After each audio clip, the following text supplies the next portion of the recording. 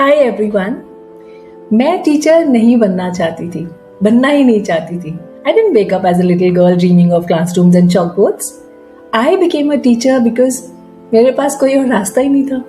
As an army officer's wife moving every year to remote cantonments, there were no corporate offices, no fancy offices, no opportunities. बस school था. So I walked into my first interview and my first classroom thinking, ये तो temporary है, कुछ time तक, just until something better comes up, Anju Mehta. But then something happened. Neha, एक struggling student जो कोई concept ठीक से समझ ही नहीं पाती थी, no matter how many times I explained. I tried everything, different approaches, diagrams, examples. Class के बाद भी रुकी, from anger to frustration to challenge. And then one afternoon, Neha came running, ma'am, I got it. And everything changed for me because I realized मैं सिर्फ time pass नहीं कर रही थी, मैं एक जिंदगी को बना रही थी, मैं कई जिंदगियों को बना रही थी. उस दिन के बाद teaching wasn't something I had to do for my salary. ये कुछ ऐसा बन गया जो मैं करना चाहती थी. Because here's what nobody tells you about teaching. आप सब्जेक्ट्स नहीं पढ़ाते हो, आप इंसान बनाते हो. That struggling reader today, कल वो डॉक्टर बन सकती है जो कि जान बचाएगी. That quiet kid in the back row, वो एक इंजीनियर बन सकता है जो फ्यूचर के शहर बनाएगा, क्योंकि आपने उन पे विश्वास किया. You created what they are today. Teachers do not just impact individual lives. हम समाज को आकार देते हैं. One child, one moment, one aha at the time, and this is the hard truth. But let me be honest with you.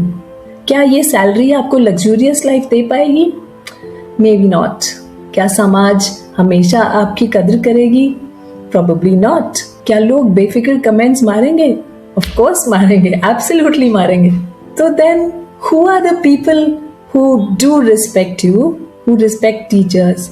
वो माँ बाप जो अपना सबसे कीमती तोहफा, अपना बच्चा आपके हाथ में दे देते हैं. The student who finds you 20 years later and says, "Ma'am, I am what I am because of you." आपने मेरी जिंदगी बना दी.